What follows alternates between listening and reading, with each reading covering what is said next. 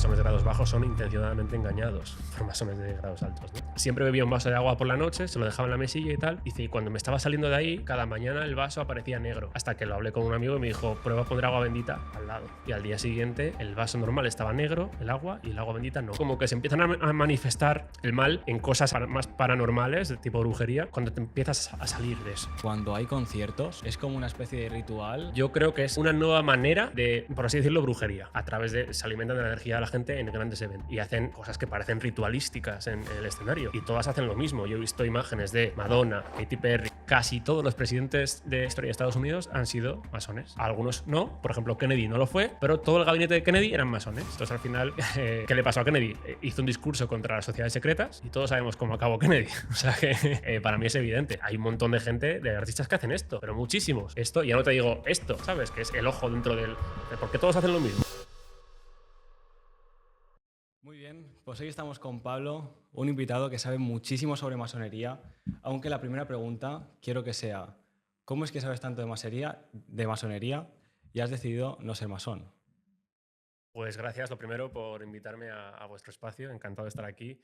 ¿Y cómo es que sé tanto de masonería? Pues al final creo que cualquiera que se ponga con interés a leer, a buscar información, la información está ahí. El tema es que, como he dicho muchas veces, ¿no? Hemos pasado de la sociedad de la información a la sociedad de la desinformación y ahora pues parece que cuesta encontrar fuentes que sean más o menos fidedignas, que la gente pueda contrastar.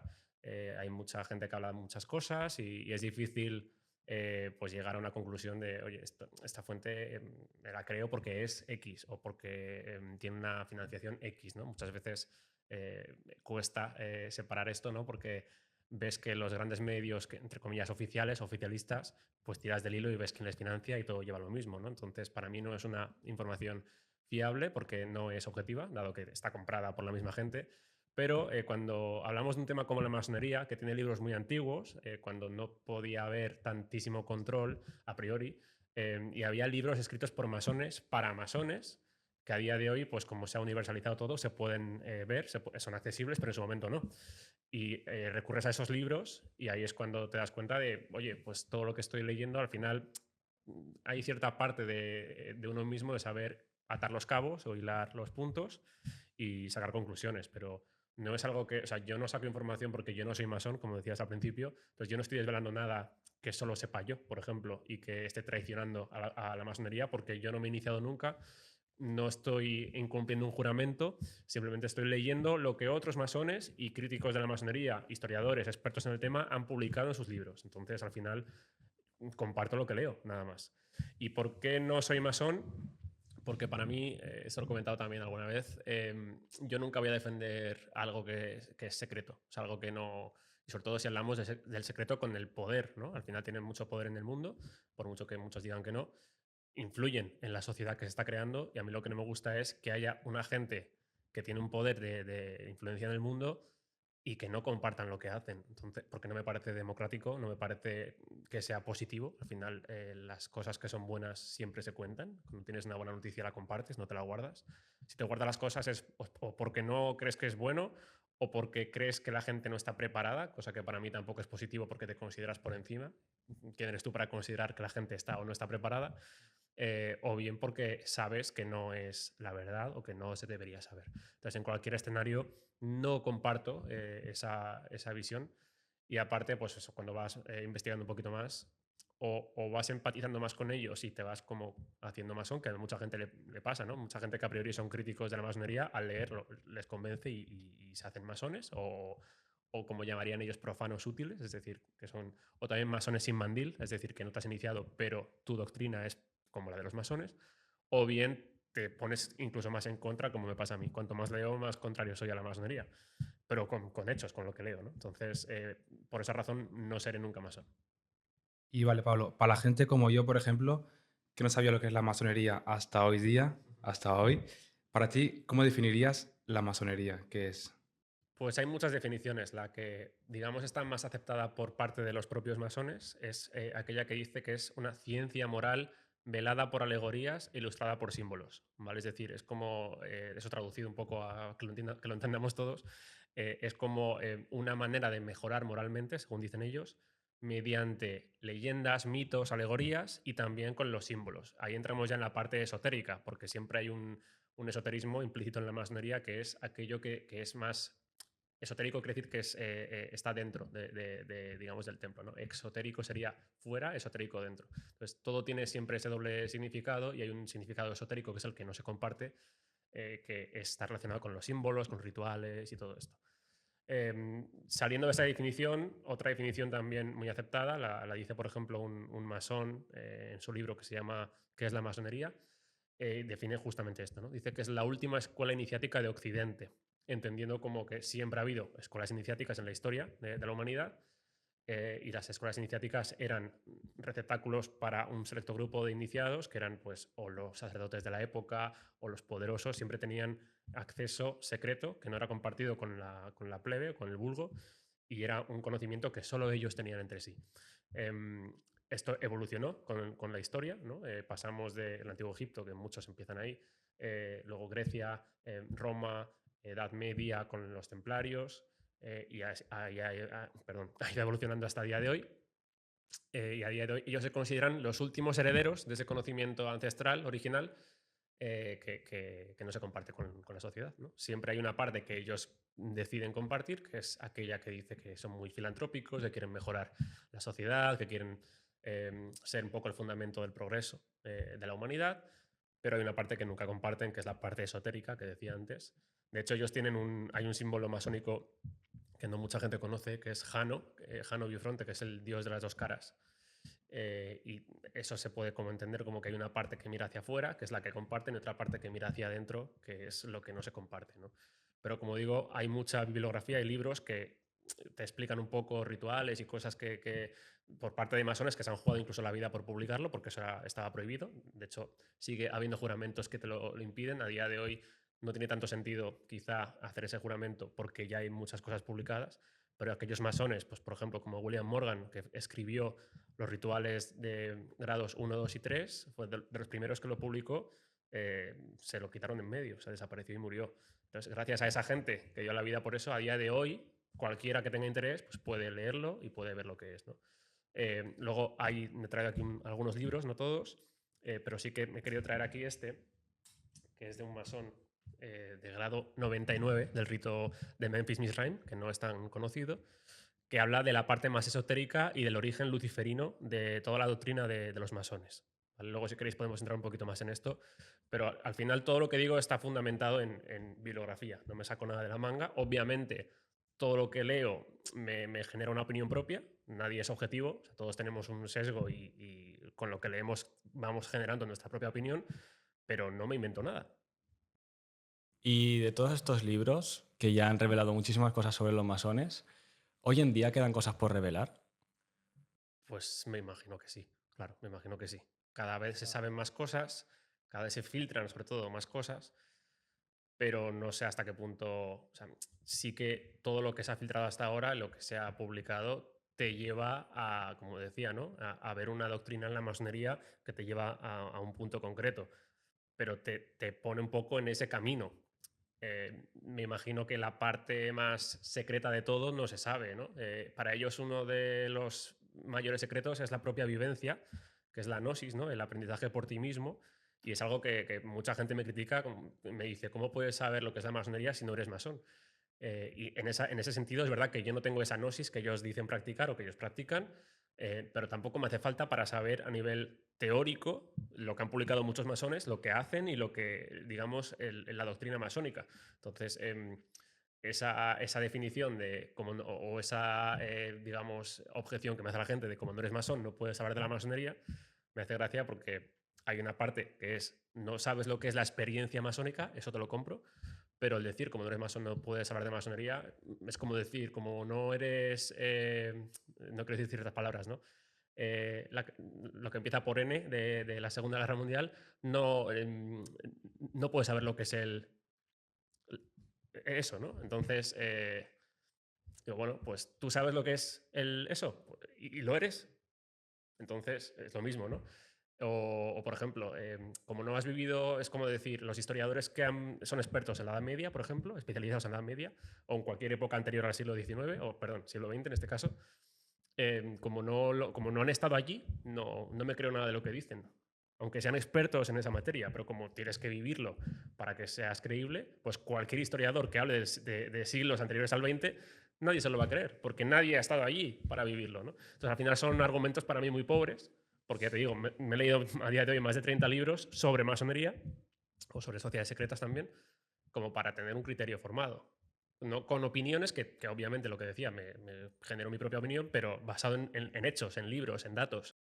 Y hablando de rituales, ¿cuáles son los rituales de iniciación y los que se han revelado sobre la masonería? Vale, pues aquí depende un poco, hay diferentes ritos en la masonería, que son como una manera, digamos, en la que accedes al conocimiento masónico diferente. Siempre pongo este ejemplo que es un poco tonto, pero para que se entienda bien. Si quieres aprender un idioma, por ejemplo, puedes hacerlo con academia, con profesor particular, en el colegio. Entonces son diferentes maneras de tener ese conocimiento. Pues los ritos masónicos son diferentes vías que tú decides practicar para llegar a un conocimiento, a una gnosis masónica, ¿no? Entonces, según cada rito, los grados pueden ser y los rituales pueden ser un poquito diferentes.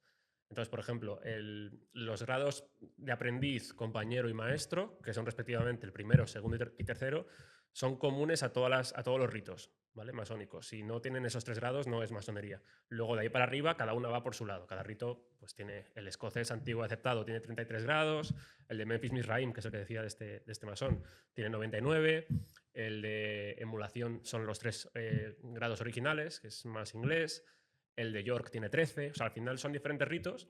No quiere decir que con más grados seas mejor, simplemente, o sea, tienen el mismo peso un grado 13 del rito de York que uno 33 del escocés. Al final son diferentes maneras, ¿no? Pero los 3 primeros son originales. Y el de iniciación al grado de aprendiz es casi igual en todos los ritos. Ahí al final, digamos, el aprendiz, la única cosa que puede variar de un rito a otro en ese grado es si incluyen o no la cámara de reflexión. Y la cámara de reflexión se incluye sobre todo en el rito escocés. Te meten primero en una sala oscura, sin ventanas, con las paredes pintadas de negro, como si estuvieras como bajo tierra, también se le llama la prueba de tierra. Y ahí te ponen una vela en la mesa, te ponen una calavera, un pan que ya está rancio, te ponen 3 botes, cada uno de los cuales tiene los 3 elementos principales de la alquimia, que es azufre, sal y mercurio, y te ponen como un papel en blanco, a veces en forma de triángulo y a veces normal, en el que tú decides o te dicen que tienes que hacer tu testamento filosófico. Es decir, estás muriendo, metafóricamente, y tienes que escribir qué es lo que dejas en el mundo profano, que es decir, el mundo no masón. Entonces, estás muriendo, estás como aceptando que vas a renacer como hombre nuevo, como masón, y eso se incluye en ese rito.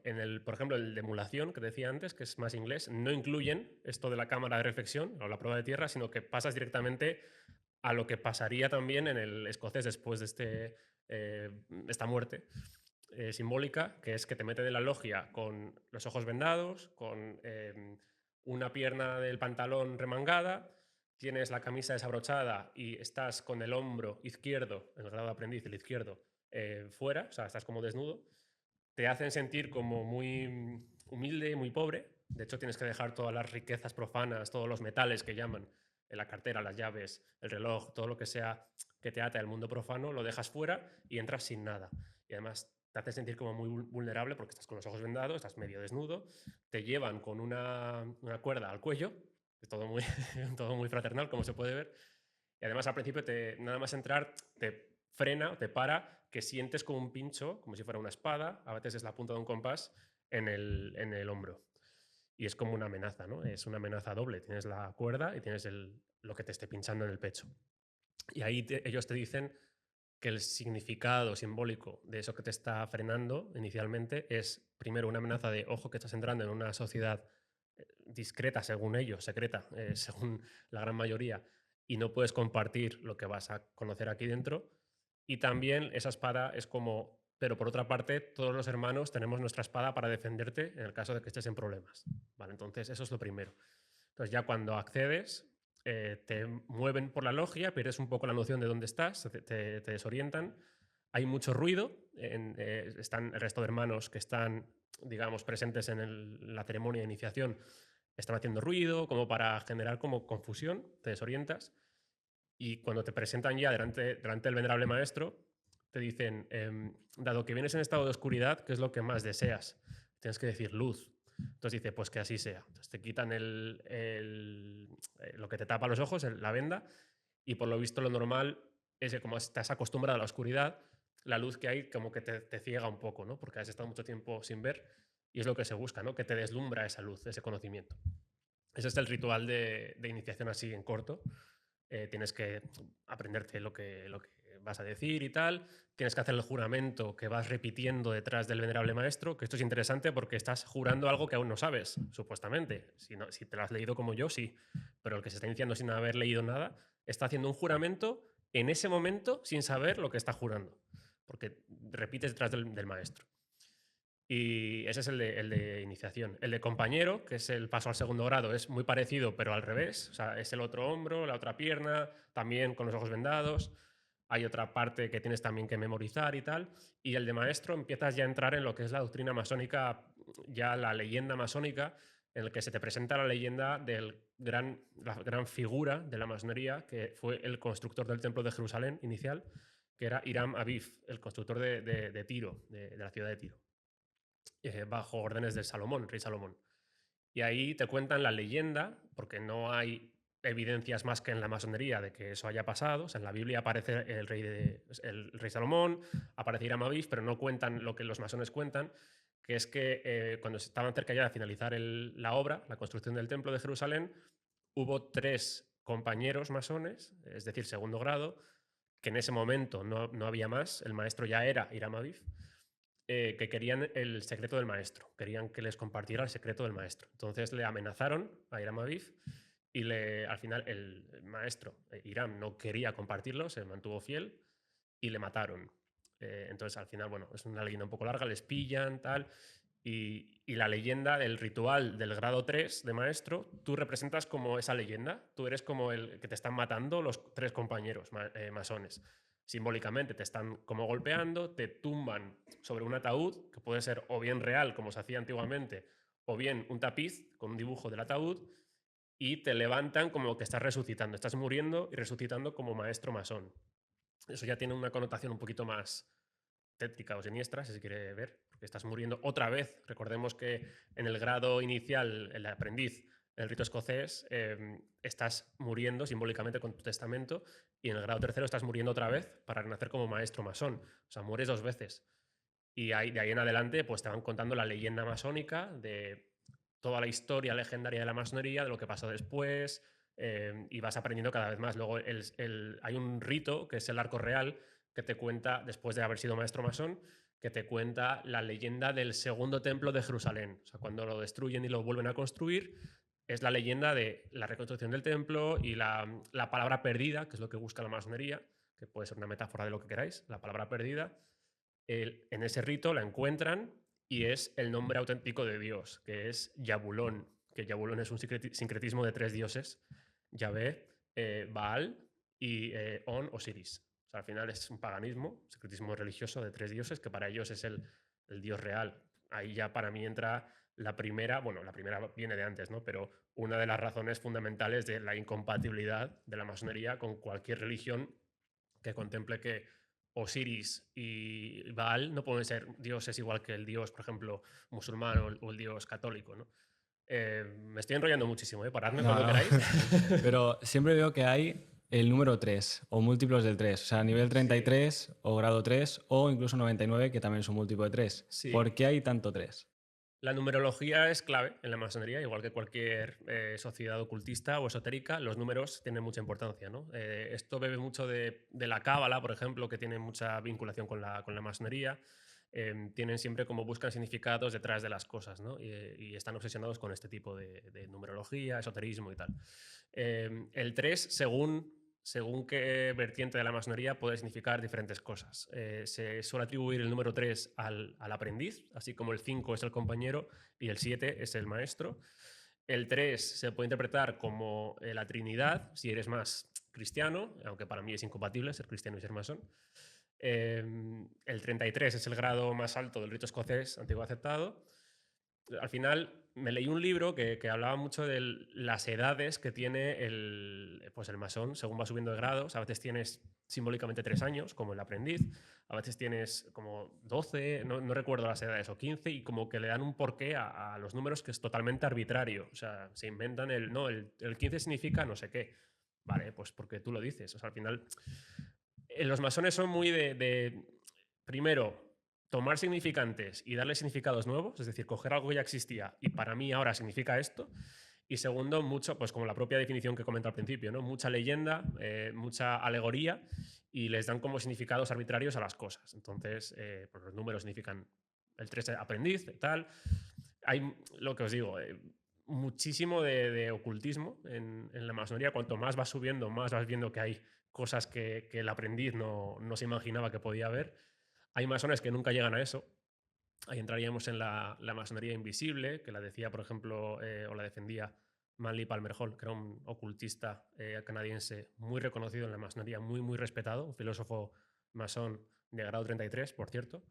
Y él habla en un libro suyo, habla de la masonería visible, que es la que todo el mundo más o menos conocemos, de la filantropía y tal, y la masonería invisible, que es, digamos, el círculo interior, como lo que decíamos de las antiguas sociedades iniciáticas que no compartían nada ni con los propios iniciados de esas sociedades que son de grados más bajos, ¿no?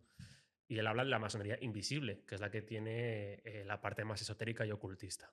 ¿Vale? Y hay masones de grados bajos que nunca van a llegar ahí y nunca van a, quizás si no tienen interés, porque que seas masón no te da más conocimiento que alguien que haya leído muchísimo del tema. Hay masones que están ahí y nunca van a saber lo que, o han leído a Albert Pike o a Manly P. Hall o a gente que es súper conocida en la historia de la masonería, ¿no? Y hay masones que nunca llegarán a esa parte, a ese anillo interior y se darán cuenta de la realidad que es la masonería, la que tiene ahí todo el poder, que es la de dentro. Pablo, y el tema de los ritos aún hoy día se lleva, ¿no? De Sí, sí, sí. iniciación. Sí, ¿Y qué sí. son en templos? ¿Se hacen en templos esos ritos? En logias, que la logia depende un poco de los medios económicos que tenga cada logia, ¿no? Por ejemplo, la Gran Logia de España, que tiene la sede en Madrid, es un edificio y el templo por dentro pues se ve que está bien cuidado y tal, pero luego hay logias que, digamos, cualquier receptáculo se puede como convertir en logia si se habilita como para ese fin, ¿no? De hecho, me leí un libro muy interesante de un ex masón que critica la masonería de Asturias y te cuenta lo cutre que era en su caso su logia, ¿no? Decía que era una academia de inglés y el maestro cada vez que se reunían lo convertía en logia, pero decía, pero es que todo lo, digamos, lo grandioso que debe ser el ritual de iniciación y tal se pierde cuando estás viendo en la pared lo que han hecho los alumnos, ¿sabes? ¿Sabes? Te dice los 3 elementos de la alquimia que decía antes, de azufre, sal y mercurio. Dice, debían tener muy pocos recursos porque el mercurio, esto me hace mucha gracia, además el tío lo escribe con un humor súper ácido. Dice, el mercurio me lo pusieron en un termómetro amarillo de esos de niños, te ponen el termómetro representando el mercurio, ¿no? Dice una verdad muy cutre. Dice, al final, cuando acabas el ritual de iniciación, lo normal es que te den un par de guantes blancos para ti, que es con los que trabajas, y otro par de guantes blancos para que se los regales a la mujer de tu vida, a la mujer que amas, ¿no? Y unas flores. Dice, pues en mi caso debe ser que no tenían ni para guantes porque no me los dieron y las flores también se les olvidaron. O sea, que el tío te habla de lo cutre que era. Entonces, muchas veces no hay que pensar que la masonería es como siempre algo como muy grandioso. Hay masones muy humildes que lo hacen así, ¿no? En logias muy pequeñitas. ¿Tú crees que esos masones tan humildes lo que hacen es despistar y que la gente piense que la masonería es eso y que la gente de niveles más altos en la masonería los haya puesto ahí para que no se fijen tanto en esos niveles altos? Yo creo que hay muchos masones de estos humildes que verdaderamente creen que es así, o sea, que ellos están haciendo lo correcto, no sospechan que haya nada más allá. Que le viene bien a los altos masones de arriba para que la gente crea que es eso, seguro. O sea, de hecho, lo que os decía, ¿no? Siempre ha habido esta división de las dos masonerías, la visible y la invisible. Este viene también de los templarios, que también había un círculo interior de los templarios que tenía un conocimiento que no compartían con los templarios que todo el mundo conocemos, que era el soldado cristiano. O sea, al final lo que os digo, ¿no? Heredan siempre este conocimiento ancestral y la manera en que se preserva, que es anillos exteriores, que es más o menos público, y anillos interiores que ni siquiera los hermanos de esa logia o de esa sociedad llegan a acceder. Entonces yo creo que los grandes masones les conviene, les viene muy bien que haya logias humildes y que haya masones engañados, que lo dice Albert Pike, por ejemplo, que es un gran masón de la historia estadounidense. Él dice que los masones de grados bajos son intencionadamente engañados por masones de grados altos, ¿no? Entonces, obviamente, los masones de grados bajos no van a ser iguales que los de grados altos, y ni siquiera los grados altos muchas veces automáticamente te implica llegar al anillo interior, al círculo interior. Hay grados 33 que no van a entrar nunca en ese selecto grupo más reducido, ¿no? Pero mucho menos los de grados bajos, eso está claro. Y yo creo que ambas cosas se cumplen. O sea, que los humildes, los que tienen logias así más, digamos, más modestas, realmente creen que eso es lo que es la masonería y que van a buscar una sabiduría ancestral, y otros que sí que les viene muy bien para camuflar el poder real. Poderosa. La que tiene más peso, la que se suele respetar más, porque es la original, la primera, es la Gran Logia Unida de Inglaterra. Esta logia es la fusión de dos corrientes que hubo al principio en Inglaterra, que se rivalizaban entre sí, que era lo que llamaban los antiguos y los modernos, dentro de la propia masonería. Al final se unificaron bajo la Gran Logia Unida de Inglaterra, y es como la masonería madre, la inglesa. Luego hubo una escisión en el siglo XIX, en Francia y Bélgica, donde cortaron con la masonería original, porque hay unos ciertos principios que son inviolables para la masonería original, y desde Francia y Bélgica dijeron, no, esto es muy anticuado, es muy dogmático, vamos a cortar con esos principios, tipo, no podían entrar ateos, por ejemplo, ahora para esa corriente que se considera progresista, sí aceptan ateos, sí aceptan a mujeres, cosa que al principio tampoco se podía. Entonces ahora mismo hay como dos corrientes que aún existe esta división entre lo que se llama masonería regular, que es la inglesa, y la masonería irregular o adogmática francesa, cada una de las cuales pues tiene sus propias maneras de entender la masonería. Las dos tienen peso, quiero decir, ambos se consideran masones, tanto si eres de la corriente regular como de la irregular, no eres más o menos masón. Para los ingleses sí, para los de la corriente regular los franceses son menos masones porque han roto con esos principios, ¿no? Pero los franceses se consideran más modernos que los ingleses, ¿no? Entonces sí que hay corrientes de ambas, o sea, hay logias de ambas corrientes. De hecho, si alguien se quiere iniciar en la masonería, tienes que ver si va a ser la corriente regular o la corriente irregular, qué obediencia va a ser, qué rito va a seguir, todo eso, ¿no? Y a día de hoy coexisten ambas. Hay obediencias mixtas, por ejemplo, en Francia hay una que se llama derecho humano, que aceptan mujeres y hombres, por ejemplo, o sea, esta es de la irregular. Y luego, como está estructurada la masonería, en cada país, digamos, tienes que estar como reconocido por las grandes logias. Es decir, la Gran Logia de España, por ejemplo, está reconocida por la Gran Logia de Inglaterra. Y la Gran Logia Simbólica de España, que es la irregular, está reconocida por el Gran Oriente de Francia. Entonces, al final, están como bajo la jurisdicción. Es una estructura tanto federal, porque todos, al final, las logias provinciales, ninguna es más que otra, pero están reconocidas bajo la Gran Logia del país, o el Gran Oriente, o lo que sea, y luego esa Gran Logia o ese Gran Oriente está bajo la jurisdicción, al final, de la Logia Madre inglesa y la Logia Madre francesa, con lo cual es tanto federal como piramidal la estructura masónica. Y en España hay personas que tienen un gran nivel político, empresarial y también un gran nivel masón. Sí, mira, voy a recurrir a este libro, por esto pone aquí, no ficción, ¿vale? Para que quede claro. Este es de un masón italiano, se llama Yole Magaldi, y este habla del poder, la masonería del poder. Voy a ver si encuentro, dame un segundito. Me tengo que hacer aquí. Aquí está, vale. Le dicen, se llama Yole Magaldi y le entrevistan a él al principio del libro. Magaldi, hoy el poder, el auténtico poder es masón, ¿verdad? Y dice, sin lugar a dudas, el auténtico poder es masón. ¿Hay algún líder mundial en este momento que no haya sido respaldado en su ascensión por la masonería? Quien no es masón o no haya sido respaldado por los masones, ¿tiene alguna oportunidad de llegar al poder? No, no existe ninguna oportunidad para quien no sea personalmente masón o esté respaldado por los masones de acceder a los puestos más ambicionados y decisivos. O sea, es que estamos hablando de políticos, pues si quieren llegar a algo, según Magaldi, tiene que ser masón. Otro que va por ahí también es este, que también es masón, es argentino, Eduardo Calley, que es historiador también, y como digo, masón. Y cuando habla del poder, dice, Los masones, y antes de ellos otras sociedades secretas del mismo tenor, o sea, lo que os digo, ¿no? La masonería es heredera de esas otras, han tenido la vocación de construir futuros posibles. Y dice, ¿cómo lo hacen? Capaces de comprender la naturaleza profunda del fenómeno humano, trabajan para generar las condiciones y cambiar el curso de los acontecimientos. Indagadores natos entienden el idioma de los signos, las piedras talladas, los relatos fantásticos, los mitos universales y los libros sagrados. Captan en ellos un mensaje que permanece mudo para quien no lo comprende. Y aquí viene la clave. Los masones no son solo protagonistas de la historia, la construyen. Se está diciendo que todo lo que pasa a día de hoy en el mundo es por los masones. Esto lo dice, he cogido de referencia 2 masones, ¿eh? O sea, quiero decir que ellos mismos lo dicen, para que luego digan que es teoría de conspiración o que es antimasónico, al revés. Estoy leyendo a masones que dicen el poder que tienen ellos en la masonería, o sea, en la historia, en el mundo actual. Entonces, es verdad que hay políticos que no tienen poder real. A lo mejor no son masones porque no llegan a cambiar nada en la sociedad. Simplemente están ahí pues para aparentar que hace algo. Pero los que realmente mueven el cotarro son masones, según los masones. Entonces, Pedro Sánchez, por ejemplo, es masón. Pedro Sánchez, mira, voy a tirar otra vez de esto, que me parece bastante ilustrativo. Hay un ritual en la masonería que se llama, en las logias, se llama cadena de unión, en el cual se dan la mano, todos se ponen en círculo y se dan la mano cruzada, ¿no? Como que eres un eslabón de la hermandad, de la sociedad.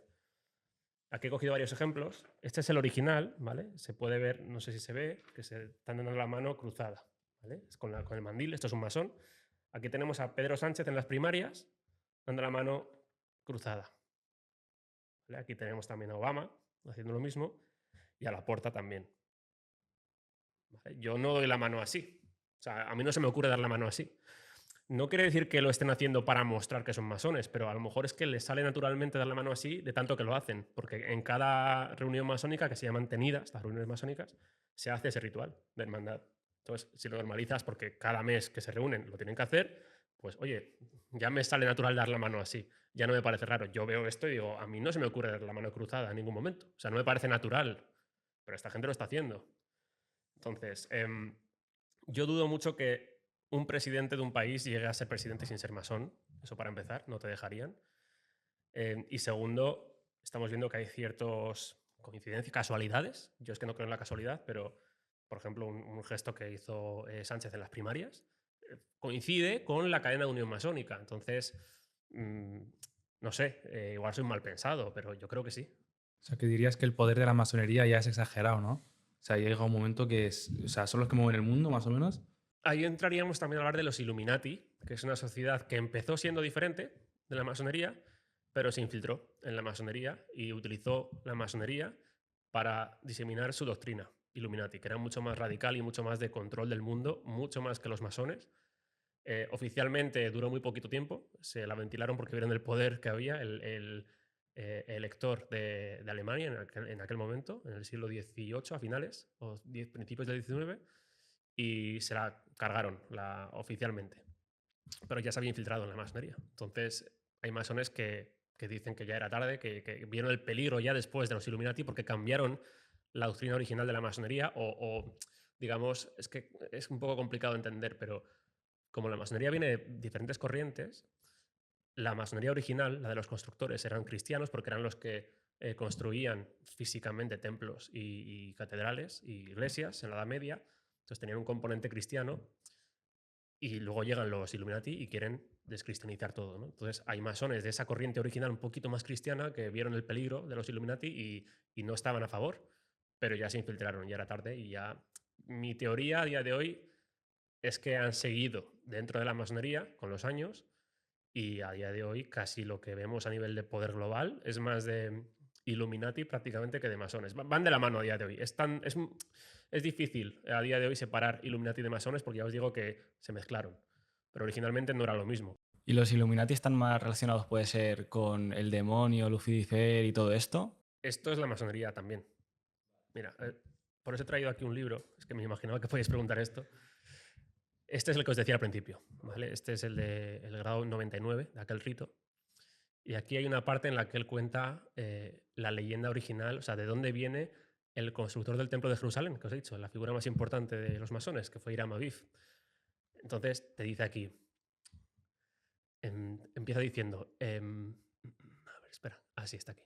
Dice, el relato de Nerval, que es otra persona, recogido en el barrio de los fundidores y los orfebres del antiguo Istambul, es evidentemente un tema luciferino. Lo dice él, ¿eh? Luciferino. Y te dice cuál es el origen de Hiram Abiv. Dice, ¿quién es entonces ese Hiram que se introduce en la psiquis del nuevo maestro? Y ahí te dice un poco el origen. Es un poco largo, ¿eh? A ver si encuentro justo lo que... Dice, Hiram, el fundidor de Tiro, o sea, el constructor del templo de Jerusalén, era hijo de una viuda de la tribu de Neftalí o de Dan. De poco importa, ya que Dan y Neftalí son las dos tribus que volvieron definitivamente al culto del becerro de oro y renunciaron al elaborado por Moisés en el Sinaí, un hecho digno de mención. Hiram tuvo por su padre a un tirio, también fundidor, llamado Ur. En hebreo, esa palabra significa luz. Hiram es, pues, el primer hijo de la luz. Los masones se llaman a sí mismos hijos de la luz, ¿no? Y luego te dice un poco el orden genealógico de todas las generaciones que predecían a Hiram Abiv. Sí, a Hiram Abiv. Dice, pone aquí. Por otra parte, la leyenda de Hiram nos cuenta que fue instruido durante un descenso al centro de la tierra por Tubal-Caín, su antepasado. Y Tubal-Caín sirve como palabra de pase en ciertos grados de la francmasonería. Os lo digo yo, Tubal-Caín es la contraseña que tienes que decir para pasar del grado 2 a grado 3. Para pasar al grado de maestro, la contraseña que tienes que dar es Tubal-Caín. Y te dice aquí quién es Tubal-Caín, ¿no? Dice, Tubal-Caín tuvo como padre a Lamec, hijo de Metusael, hijo de Meujael, hijo de Irad, hijo de Enoc, hijo de Caín. En total, 7 generaciones. ¿Y quién fue el padre de Caín, antepasado de nuestro Hiram? He aquí algo que hará temblar a ciertos masones cándidos que identifican a Hiram con Cristo, ya que si bien este último resucita en la tradición cristiana, Hiram no resucita en modo alguno en la leyenda masónica. Es su espíritu el que se encarna en el nuevo maestro. Y aquí te dice, y ya sabemos que Caín representa el mal. En la tradición bíblica es el que mató a su hermano Abel por envidia, ¿no? Y Tubal-Caín es descendiente de Caín. Pues aparte de esto, ¿de quién desciende Caín? Dice, Tubal-Caín constituye, por tanto, la 7ª generación nacida de Samael y Eva. El lector familiarizado con la Cábala y con su árbol sefirótico podrá proyectar en él esta filiación. Por consiguiente, y aquí está la clave de todo, Hiram desciende por su padre Ur de Tubal-Caín y a través de este en línea directa de Caín y de Samael. O sea, Samael es el antepasado de Caín. Dice, en la tradición judía, Samael es el ángel rebelde, el tentador, el ángel de la muerte. O sea, Lucifer, el ángel caído.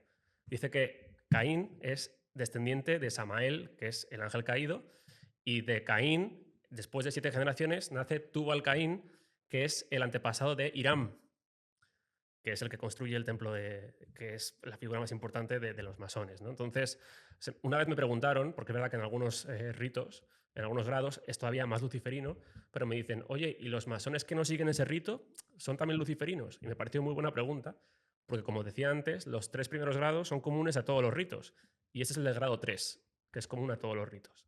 Y te dicen después que Hiram Abiv es descendiente, en última instancia, de Lucifer. O sea, que al final toda la masonería es luciferina, sea el rito que sea. Esto poca gente lo sabe. ¿Cuántos masones han leído este libro? Probablemente algunos, no todos.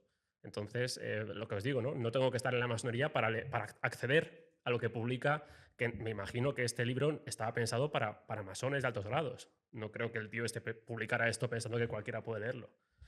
Pero al final está ahí, ¿no? Y la información está ahí. Los masones no saben que está relacionado con Lucifer. Hay otro ex masón francés, Abad Gallardo, que él habla de la relación con Lucifer y dice, esto los masones de grados bajos no lo saben, los de grados más o menos ya intermedios lo sospechan. Dice, los de los altos grados lo dominan, lo de Lucifer. O sea, cuanto más va subiendo, más evidente va siendo. Por eso me parece que es un engaño que los masones de grados bajos crean que es una sociedad filantrópica, que tal, que pueda haber cristianos, que pueda haber musulmanes, que pueda haber judíos, cuando al final, en última instancia, te va conduciendo a una doctrina que es luciferina, como hemos visto. Pablo, ¿y la gente paga por ser masón? Por ejemplo, si alguien me quiere ser masón, ¿qué tengo que hacer? ¿Cuáles son los pasos? A día de hoy es más fácil que antes porque está Internet. Entonces, mandas un correo electrónico, un email a la logia que tú quieras, a que esté más cercana a lo que te interesa, y ellos te responden. Entonces, si muestras interés y realmente explicas que quieres entrar, lo que hacen es que mandan a 3 masones hacerte entrevistas personales. Hay una que es más personal en cuanto a creencias, valores, otra que es más en cuanto a nivel profesional, pues quieren saber a qué te dedicas, tal, más familiar también, quieren saber un poco todo de ti. Entonces, si los tres están de acuerdo en que reúne las cualidades para ser masón y dan el voto positivo, entonces ya te citan para tu iniciación el día X, a la hora X y tal. Y ahí tienen que, digamos, aprobar todos los masones ahí presentes, votan. Si el voto es afirmativo, ya te aceptan.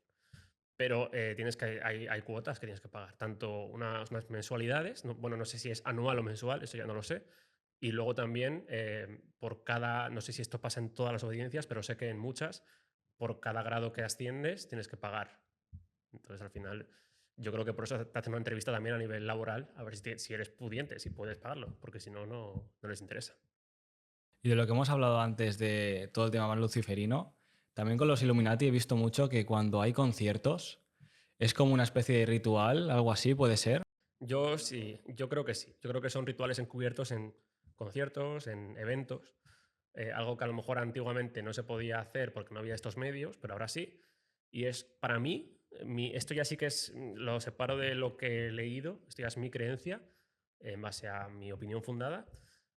Yo creo que es una nueva manera de, por así decirlo, brujería. A través de, se alimentan de la energía de la gente en grandes eventos. Y hacen cosas que parecen ritualísticas en el escenario.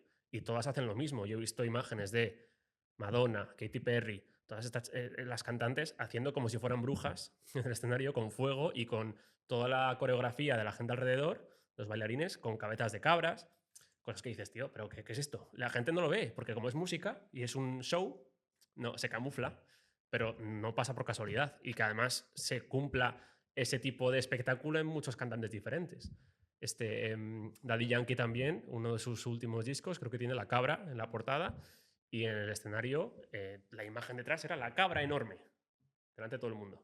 ¿Sabes? Toma, te planto la cabra en tu cara y ni te enteras. Hay mucha gente que dice que le vende el alma al diablo para estar siempre en top. Yo eso lo he visto a propios raperos y tal arrepentidos, como haciendo un vídeo, a lo mejor para su TikTok o Instagram o lo que sea, y empiezan a decir que se han arrepentido, de que no saben lo que han hecho, o sea, y he visto que lo dicen varios, con lo cual tiene que haber algo de eso, ¿no? Si no, no se explica. Yo creo que al final es pues lo que siempre se ha sabido, ¿no? El mal o el diablo, o como queramos verlo, te da bienes temporales a cambio de algo inmaterial que es tu alma, ¿no? Entonces, si quieres dinero, poder, tal, que es de aquí, porque luego todos morimos, al final vamos a acabar todos bajo tierra, si quieres un placer o un poder temporal, terrenal, es fácil conseguirlo si a cambio, porque todo es a cambio de esto, le das tu alma.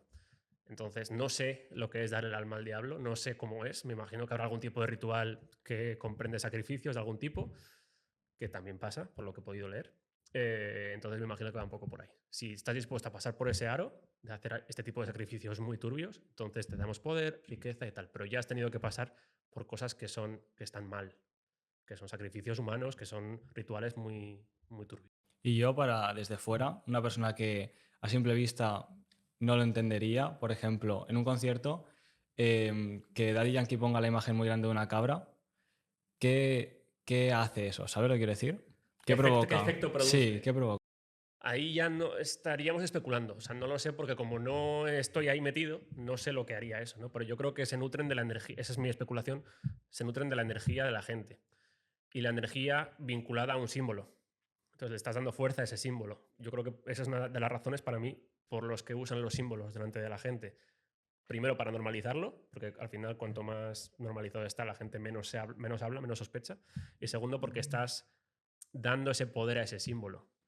Hace unos meses leí un artículo en, no sé si era, ¿cómo se llama? Business Insider, un periódico americano, y decía 12 cosas, algo así, típico artículo un poco que puedes hacer para tener más poder. Y la foto que usaban era Jay-Z así. Esa era la foto que usaban vinculada al poder, ellos, en el artículo. Entonces, hay un montón de gente, de artistas que hacen esto, pero muchísimos. Esto, ya no te digo esto, ¿sabes? Que es el ojo dentro del... ¿Por qué todos hacen lo mismo?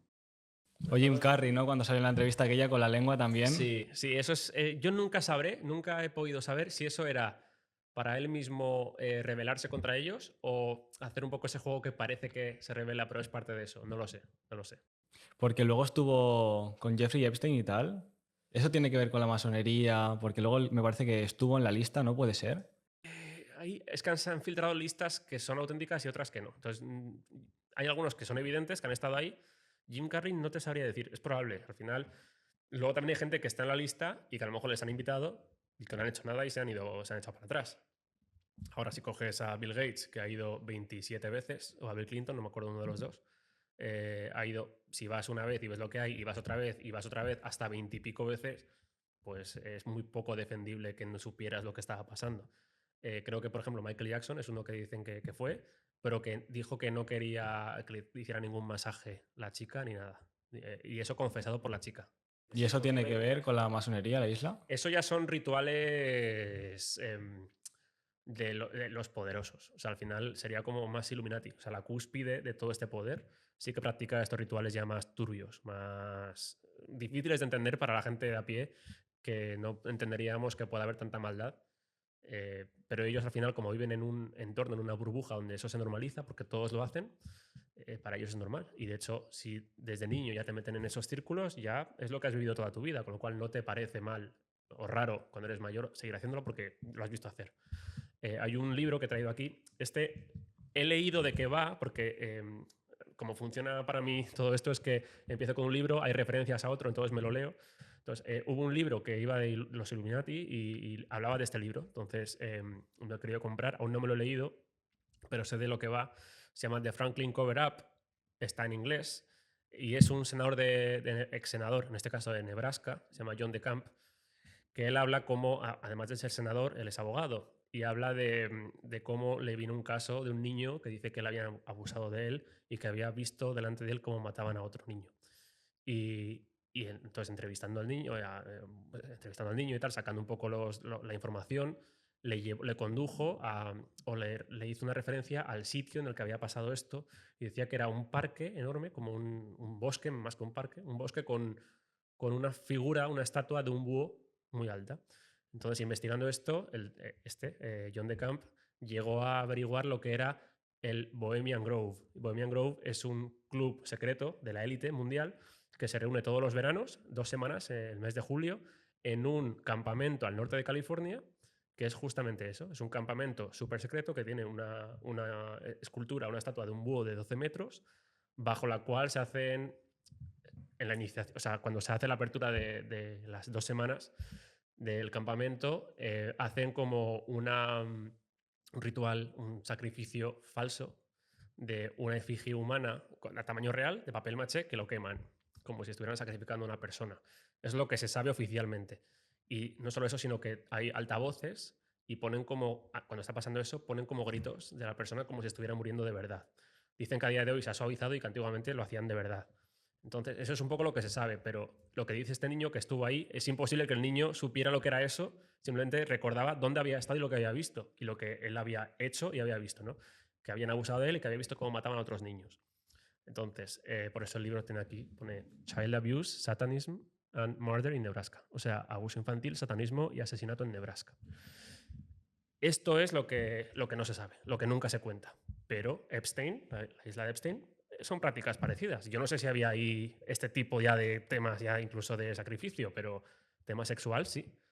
Hay una sociedad secreta alemana, paramasónica, por así decir, que tiene la estructura también en grados y todo esto, que se llama Fraternitas Saturni, o sea, Hermandad de Saturno. Y ahí he leído un libro de los rituales que hacen y tal, y hay un ritual en el que el sacerdote y la sacerdotisa que están oficiando ese ritual tienen sexo delante de los hermanos en la propia logia, ahí mismo, como además dentro de un círculo, o sea, con todo lo que tenemos en la cabeza en mente de ritual, ¿no? De ritual turbio. Y el que está oficiando la ceremonia, cuando llegan al final, al clímax, le corta el cuello a un gallo y la sangre encima de la pareja. O sea, son cosas que hace esa gente. Son cosas turbias que nunca entenderemos, pero que ellos lo hacen. Pues eso es una práctica que según he podido leer, se llama sex magic, es como magia sexual, en la cual, según ellos, la teoría es que a través de la energía sexual, según cómo se oriente, pueden canalizar en una fuerza sobrenatural. O sea, que les daría como poder a nivel de, como, por así decir, la ley de atracción, pero como superpotenciada, canalizada con la magia que ellos van haciendo con el acto sexual. Entonces, no digo que exista o que no exista, digo que ellos creen en eso y lo hacen porque creen que eso es verdad. Entonces, cuando ellos hacen ese tipo de prácticas, pues, ¿qué no harán, ¿no? Políticos o cosas que ven que eso es lo que hay que hacer para llegar al poder? O sea, es que al final se normaliza eso, ¿no? Entonces yo creo que estamos en un mundo muy oscuro, la verdad. O sea, sé que es difícil asumir esto, sé que lo que estoy diciendo para muchos será que estoy zumbado o teorías de conspiración. Insisto, he leído muchos libros y hay libros que explican estas cosas, que la gente busque Sex Magic en inglés, acabado con K después de la C, o sea, M-A-G-I-C-K, y que busquen Aleister Crowley. ¿Vale? Que vean un poco quién fue esta persona, a quién ha inspirado esa figura, muchísimos músicos, muchísimos actores. El otro día leí una noticia de Nicolas Cage, que es uno de sus referentes es Aleister Crowley, y que busquen lo que es Sex Magic de Aleister Crowley y van a ver lo que es y lo que ha publicado, de sacrificar un varón, un varón joven, por ejemplo. Eso lo dice Aleister Crowley. O sea, que son cosas que yo no me invento. Y todas estas élites, que podrían parecer incluso sectas, ¿crees que su objetivo final, esos grados tan altos, siempre es hacer el mal? Aquí tenemos que ir un paso más arriba, porque esto al final, como tanto les gusta a ellos, es piramidal, ¿no? Entonces, muchas veces cuesta entender el por qué, o sea, qué motivación tienen ellos, ¿no? ¿Por qué hacen esas cosas? Algo que para nosotros es inconcebible, ¿no? Yo creo que esto al final viene de muy atrás en la historia y es por una lucha espiritual entre dos fuerzas, que son Dios y Lucifer. Para muchos Lucifer es bueno, para ellos. La realidad es que Lucifer es el ángel caído. Al principio era bueno hasta que se rebeló y se convirtió en el ángel caído, en el diablo, ¿no? Por así decir. Entonces, hay dos fuerzas que son eternas, que han luchado siempre, que son Dios y el ángel caído. Hay una corriente que defiende a Dios, el auténtico Dios, que puede ser las religiones que conocemos, el cristianismo, catolicismo, cristianismo, o sea, me refiero al catolicismo dentro del cristianismo, el cristianismo en general también, el islam también tiene esa noción de Dios, el judaísmo, ahí entramos en un terreno más farragoso porque está muy de la mano con la masonería, dicho por judíos y por masones, pero está esa corriente que cree en el Dios real y luego la otra corriente que son los hijos del ángel caído. Hay un libro que no he traído hoy de masones de aquí de España, de grado 33, que se llama Iniciación masónica en el rito escocés antiguo y aceptado, ¿vale? Que por cierto es un tostón de libro, pero me lo leí. Y al final del libro dicen ellos, quienes somos hijos del ángel caído transgresor, nos están diciendo, hemos visto también aquí como en este libro como Hiram Aviv es descendiente de Samael, que es el ángel caído. Entonces, al final es una lucha espiritual entre dos corrientes. Entonces, ¿qué puede motivarles para hacer daño a Dios? Todo lo que concebimos como lo malo, ¿no? Para los que tenemos una concepción basada en el cristianismo, porque en Occidente, seamos creyentes o no, la cultura occidental se fundamenta en democracia griega, derecho romano y cristianismo. Eso es así, ¿no? Lo que creemos que está bien, mal, la moral, todo esto es, somos herederos de esa moral cristiana, ¿no? Entonces, ellos van a hacer lo contrario, porque quieren quitar el poder a Dios, hacer daño a los niños, que es pura luz, ese tipo de cosas es como para hacer daño al Creador, porque ellos quieren arrebatar el poder al Creador. Por eso está enlazado con lo que veíamos antes, hemos hablado antes de fuera de cámara, de la posible interpretación de la inteligencia artificial como quitar poder a la creación real, que es la creación de Dios, y crear nosotros algo mejor o que creemos que es mejor para estar al mismo nivel o superar a Dios. Esto lo dice, por ejemplo, el asesor del Foro Económico Mundial, ¿cómo se llama? Yuval Noah Harari, que me dice estas cosas. Ha dicho, o sea, ha salido públicamente diciendo que son fake news, esto de que vino el Hijo de Dios y tal, que eso es falso, que todas las religiones se han basado en cosas que son un poco inventadas y que ellos lo que van a conseguir es crear una religión real, que va a ser la inteligencia artificial, la robótica.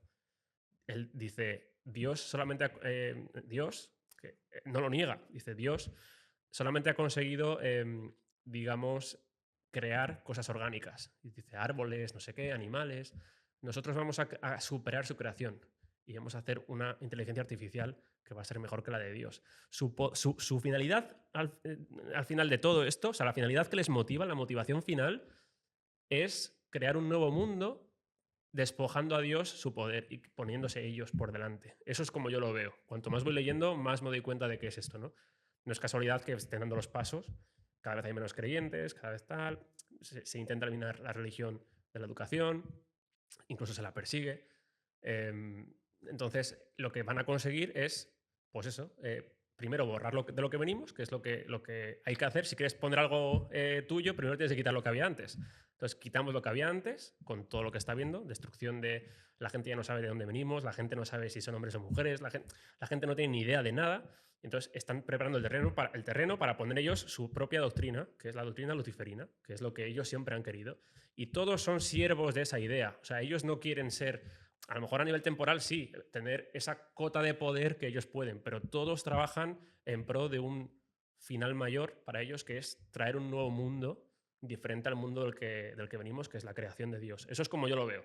Pues la verdad es que ahora que has dicho esto, yo que he leído, por ejemplo, un fragmento del Corán, que sí que es verdad que cuando Dios creó, según los creyentes, cuando Dios creó a Adán y Eva, es cuando Dios ordenó a todos los ángeles que se postrasen ante la creación, que es el ser humano. ¿Qué pasó? Que todos se postraron, menos Lucifer, como dice que era un ángel de los buenos, fue caído. Entonces ahí cuando Lucifer juró que arruinaría la población, la desataría. Entonces, ¿se puede ser que venga de ahí que esta gente, Lucifer les haya comido, o sea, digamos, Lucifer entró en sus almas, les haya corrompido y se haya creado todo esto? Ellos al final ven a Lucifer, y esto porque lo he leído, ven a Lucifer como el libertador, el que te libera del yugo de Dios, el que te hace ver la verdad, porque el conocimiento del bien y el mal ya estaba prohibido por Dios. Pero Dios también te da libre albedrío, si no, no habrían podido comer la manzana. Si pudieron hacerlo es porque tenían la libertad, ¿no? Entonces muchas veces los luciferinos ven o conciben a Lucifer como el que te libera, la representación de la libertad, que por cierto coincide mucho con la imagen de la Estatua de la Libertad. Si veis, por ejemplo, cómo es Lucifer, es el portador de la luz, es lo que significa el Lucifer, con la antorcha y encadenado a la piedra por el castigo. Poca gente sabe que si te fijas, si buscáis en internet el pie de la Estatua de la Libertad está encadenado también y también tiene la antorcha del conocimiento, ¿no? Y hay un paralelismo y además fue construida por masones, la Estatua de la Libertad, con lo cual para mí es claro esa comparación. Pero ellos consideran que es el que trae la luz de la libertad. Es que vivíamos en un estado de oscuridad, como dice la masonería, cuando te inicias, porque Dios no te permitía acceder a ese conocimiento, lo que se llama a día de hoy gnosis, ¿no? Que es conocer por ti mismo. Hay una diferencia entre la verdad revelada por Dios y la verdad oculta, esotérica, que tú te buscas, que es contraria a eso. Por eso todo el gnosticismo, esoterismo estaba perseguido por, por el Islam, por el cristianismo, hasta que, hay siempre gente que se infiltra y lo pervierte, que es lo que acaba pasando. Hay infiltración masónica en el Vaticano, por ejemplo. Hablo de esto en mi siguiente vídeo cuando lo publique. Entonces, al final, todo esto es mucho más complejo y más profundo y más esotérico de lo que la gente se cree. O sea, la gente tiene a lo mejor la visión de un poder terrenal, que también lo hay, obviamente, pero cuando ya lo tienes, o sea, ¿qué más poder puede tener el tío más poderoso del mundo? El que más dinero tiene y el que más tiene. Pues ya no le llena eso. Entonces tiene que buscar algo por encima de él, que es una finalidad aún mayor, de la que él es parte. Son como si fueran el ejército de lo que quieren hacer. Y por eso esto no cesa. O sea, es muy antigua esta pelea, es eterna. Esto lo dijo un masón en México. Dijo, esta lucha es eterna. Entonces, ellos mismos, y además es que es evidente porque es que está todo escrito en los libros sagrados. El mal se disfraza de bien. Eso la gran mentira, el gran engañador es Lucifer o el diablo. Y dice que es lo bueno. Los masones creen que son los buenos y quieren cargarse el mundo del que venimos. No te digo todos, ¿eh? Hay muchos masones que obviamente no lo ven, no buscan esto, pero los que manejan desde arriba sí. Hacen todo lo posible por cargarse todo de lo que venimos y poner un nuevo mundo, que es el nuevo orden mundial, el famoso nuevo orden mundial, que es el que quieren traer, que es un gobierno global, un único gobierno en todo el mundo, que ellos controlan. Entonces, cuando un luciferino te dice, no, Lucifer quería liberarte de Dios y tal, lo que no cuentan, o lo que a lo mejor no sabe es, ya, pero para ponerse él. No te quiere libre, te quiere bajo su reino. Y, por ejemplo, a un masón, ¿qué se le promete? Porque a los creyentes, por ejemplo, del cristianismo o del islam, se promete el paraíso. A un masón, ¿qué se le promete? Un masón nunca encuentra la verdad. Esto es un poco frustrante ya de inicio, porque la doctrina masónica es así. Te dicen, no, la verdad nunca es incognoscible para el ser humano. Nunca, no hay una verdad absoluta o no la puedes saber. Con lo cual ahí impera el relativismo, es decir, y lo estamos viendo en la sociedad, el relativismo que hay. Entonces, y ya de primeras es una búsqueda eterna. La masonería es una búsqueda eterna. De hecho, el padre Manuel Guerra, que era bueno, experto en masonería, de los mayores expertos que ha habido en masonería en España, lo define muy bien. Dice, eso es como un masón es como una persona que está en el desierto, muerta de sed, y busca el agua. Dice, la masonería no es, o sea, lo que se les promete no es el oasis que van a alcanzar, es lo importante en la masonería es la búsqueda del agua per se. O sea, es la búsqueda constante, el no parar nunca de buscar, de seguir mejorando, de seguir mejorando. Saben que la perfección es imposible, pero para mí es frustrante porque no hay una promesa final de cuando llegues aquí ya tienes el conocimiento. Saben que no. De hecho, hay una corriente en la masonería muy antigua, que, mejor dicho, que bebe de una corriente esotérica muy antigua, que es el hermetismo, y una doctrina dentro de este hermetismo es que todo es cíclico. Tiene, por ejemplo, el símbolo del uróboros, que es la serpiente que se muerde la cola, representa que todo es eterno, pero todo es cíclico, no es progresivo, sino que llega un principio, un final y vuelve otra vez a un principio. Por eso muchos de ellos creen en la reencarnación, como siguiente fase de seguir mejorando y aprendiendo. Al final, como os digo, hay una parte que es muy, muy, muy esotérica y muy oculta y muy antigua. Y eso es lo que la gente no asocia a la masonería y eso es, o sea, por esa razón hago lo que hago, ¿no? Porque la gente me dice, ¿y por qué, tío, por qué investigas la masonería y no investigas otra sociedad secreta? Porque es que todas al final convergen en eso, ¿no? En esas doctrinas ocultistas, pero todas al final vienen de lo mismo, vienen de esas de la antigüedad, ¿no? Y todas tienen un fin común, que es despojar a Dios y buscar por su lado una verdad, que ahí ya entramos ya también en temas morales y en temas de debate eterno, ¿no? ¿Hay una verdad absoluta? No, son temas muy filosóficos, ¿no? Para mí, si hay una verdad absoluta, que sabremos cuando muramos, es Dios. Para ellos no. Para ellos no hay una verdad absoluta. La verdad es relativa, con lo cual hay tantas verdades como masones puede haber. Si para ti la verdad o lo bueno es X, aunque sea moralmente malo para los cristianos, pues esa es tu verdad. Y a lo mejor hacer un sacrificio es bueno, porque para tu finalidad es lo correcto. Como hay esa falta de verdad absoluta y de moral absoluta, de lo bueno, lo malo, pues ahí estamos hablando de temas un poquito ya más oscuros y más profundos. Y desde el desconocimiento, si realmente los masones buscan el mal y la destrucción de la humanidad, ¿no crees que ya podrían hacerlo, siendo gente de tanto poder, lanzar, por ejemplo, bombas de destrucción masiva y prácticamente acabar con la humanidad? Es que yo ahí creo que hay un tema de leyes universales a nivel espiritual que, o sea, si pudieran, claro que podrían. O sea, si quisieran hacerlo así, podrían. De hecho, cada X tiempo hay guerras que acaban con muchísima gente y lo hacen porque quieren, ¿no? Pero la humanidad como tal, yo creo que hay una especie de ley cósmica por la cual, y eso es mi creencia, por la cual tienen que hacerlo con el beneplácito de la propia gente. O sea, te tienen que convencer para que tú mismo aceptes eso. No te pueden imponer por la fuerza. Entonces, se las ingenian, como Satanás, se las ingenian para engañarte, para que tú caigas en el engaño y aceptes lo que ellos te van a imponer. Esto lo vemos constantemente, con los engaños que hay a todos los niveles, ¿no? Me puedo referir a lo que ha pasado los últimos 3 años con una cosita que te ponían y que la gente aceptaba, ¿no? Por mucho que dijeran que te lo imponían, no te lo imponían. ¿Te han hecho la vida imposible para que caigas? Sí. ¿Hay gente que no se la ha puesto? Sí. Porque ha sabido verlo. Pues así con todo. Y eso, a ver, va a traer cola, porque esto no sabemos lo que ha sido y a lo mejor de aquí a unos años cada vez vemos cosas de muertes. Ya estamos viendo muertes repentinas, muchas más que antes y A cosas lo así. mejor de repente nos prohíben comer carne. Ese tipo de cosas, pero oye, está en ti irte al campo y montarte tú tu propio sistema, ¿sabes?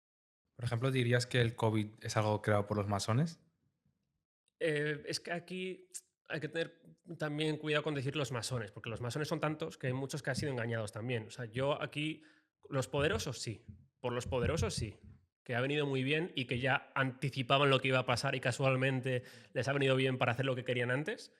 Qué casualidad. La TED Talk de Bill Gates, ¿no? Por ejemplo. Por ejemplo, pero ya de antes, si veis artículos del Foro Económico Mundial de años antes, e incluso noticias de periódicos de aquí, la pandemia que viene, no sé qué, así va a ser la próxima pandemia. Pero, ¿cómo lo sabes? Ahora empiezan con la enfermedad de X. No, va a haber una enfermedad que aún no sabemos cuál es, pero ya estamos trabajando en la vacuna. Digo, pero ¿cómo vas a trabajar en la vacuna de algo que todavía no sabes lo que es? Es que además es tan evidente, pero al final todo favorece sus planes y se está viendo. O sea, al final todo se reduce a dos palabras, reducción y control. Es lo que quieren hacer, reducir población, reducir libertades y controlar a la gente. Eso es porque al final, si tú quieres ser el amo y señor del cotarro, tienes que controlar lo que pasa aquí. Si somos demasiados millones, somos difíciles de controlar. Si somos menos, somos más fáciles de controlar. Entonces llega un punto en el que la mano de obra ya no tiene por qué ser nuestra. Siempre hemos sido sus esclavos, hemos trabajado para su sistema, pero ahora con la robótica, la IA y todo esto, pues la gente le sobra. Os decía el Yuval Noah Harari, dice que somos eso, que somos comedores inútiles y que la mejor droga, o sea, la mejor solución ahora es droga y videojuegos para la gente que no aporta nada. Dice, de momento, droga y videojuegos. Es que da un poquito de raya, por ejemplo, con el tema del COVID, que te encerraban, por ejemplo, así en casa y esas cosas que dices tú, yo no puedo hacer nada. Cuando a lo mejor si tú a lo mejor tú querías salir, podías salir. Entonces, ¿tú crees que llegará un momento que se pueda frenar a toda esta gente A la suprema? élite, sí. Yo lo que hago lo hago porque creo que ellos pierden el poder cuando se les desenmascara. Entonces, cuando ellos actúan en secreto y nadie se entera, pues venga, nadie sabe lo que estamos haciendo. Ahora, cuando todo el mundo le presta atención, en el libro que me he leído aquí, este está muy bien además, por si esto lo pongo como referencia para quien quiera. La traducción es un poco regular, está traducido, tiene cosas así más de regular para nosotros porque es traducción latina, entonces tiene controversial en lugar de controvertido, ese tipo de cosas, ¿no? Pero está muy bien, es una investigación de los años 70 y aquí al final te dice, ¿qué puedes hacer para frenar esto, ¿no? Y te dice, eso, desenmascararlos, porque ningún ladrón va a robar una casa si sabe que está siendo observado, por ejemplo. Entonces, el mal no va a poder hacer el mal si todo el mundo está viendo lo que están haciendo. Eso para mí es la clave, porque no nos engañemos, somos personas de a pie, o sea, no tenemos un poder para frenar. Una persona no puede hacer nada, pero todos podemos poner un granito de arena en lo que esté en nuestra mano, informar a la gente o tomar decisiones que sabemos que son contrarias a lo que nos imponen. Han querido poner otra vez la mascarilla y como se ha revelado tanta gente, ha durado 3 días. No, ya que ya no es obligatoria, porque saben que la gente al final unida tiene un poder que es lo que quieren ellos evitar, que nos demos cuenta del poder que tenemos como sociedad si nos unimos todos. Por eso dividen, ¿no? Políticamente, ideológicamente, ahora mujer contra hombre, razas contra otras, religión. Quieren dividirnos para que no seamos conscientes de que si nos unimos, ellos pierden porque son muy poquitos en realidad. O sea, tienen mucho poder, pero a nivel de personas son muy poca gente, muy poderosa. Entonces, eso, el 1% o menos. Entonces, si el 99% se une, no tienen nada que hacer. ¿Qué pasa? Que si esperamos mucho para que pase esto, va a ser muy tarde porque al final tendrán un montón de instrumentos para que por muchos que seamos, pues si tienen militares en plan robótica militar, al final van a hacer ellos el mundo que quieren porque la gente está aceptándolo.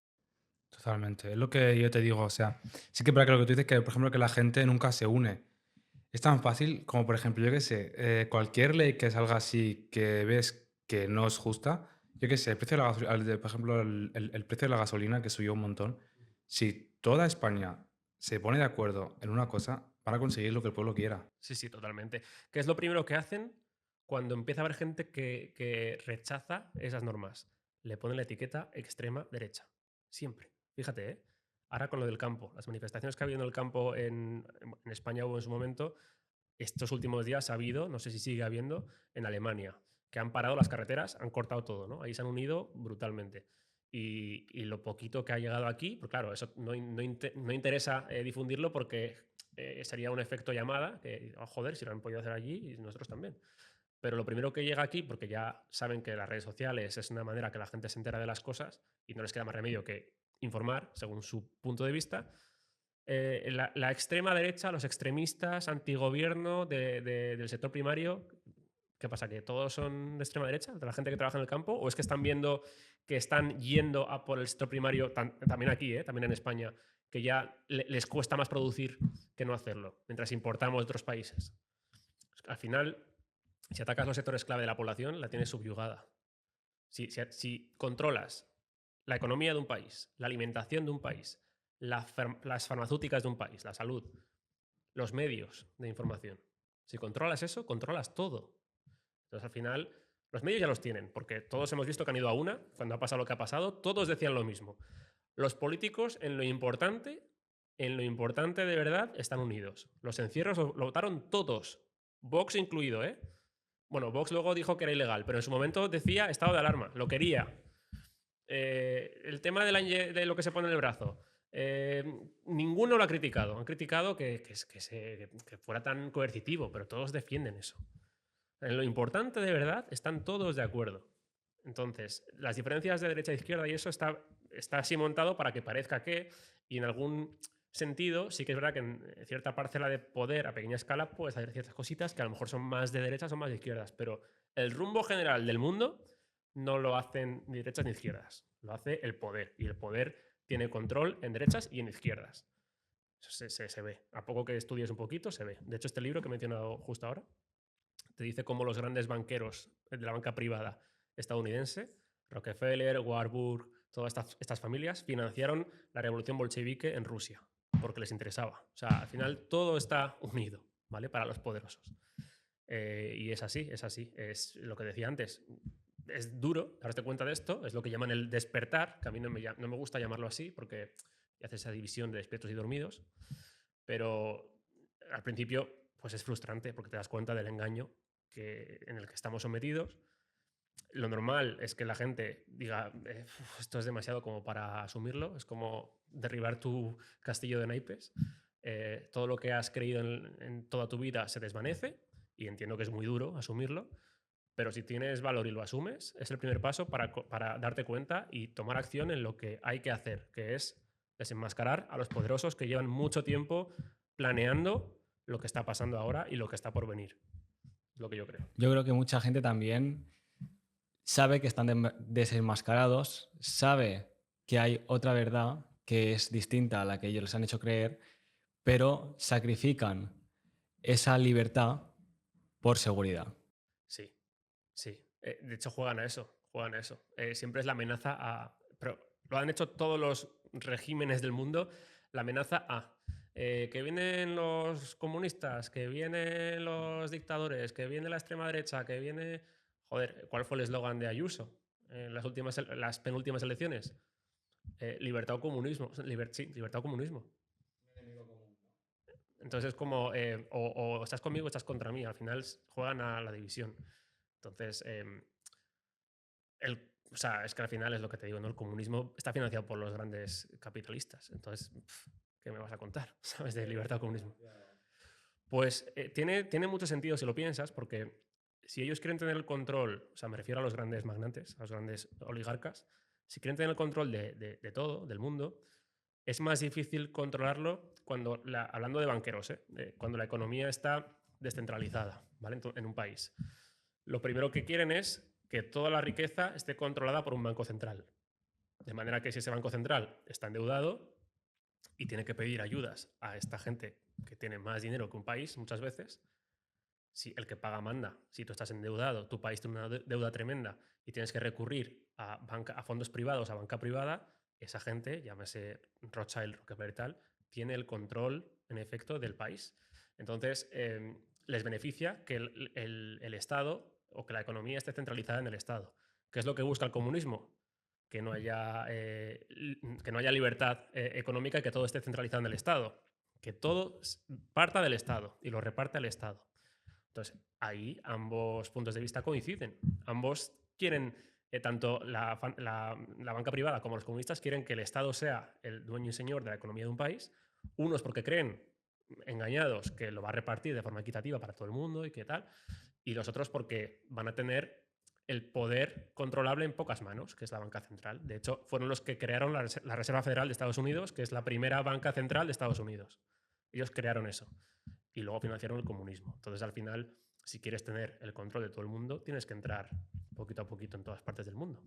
También, hablando de las superlogias, que eso es un tema que no hemos hablado, cuentan cómo los grandes capitalistas estadounidenses tipo Kissinger viajaron a China en la época del Partido Comunista Chino, en la época en la que había, digamos, esa rivalidad con los rusos y los chinos, la Guerra Fría y tal.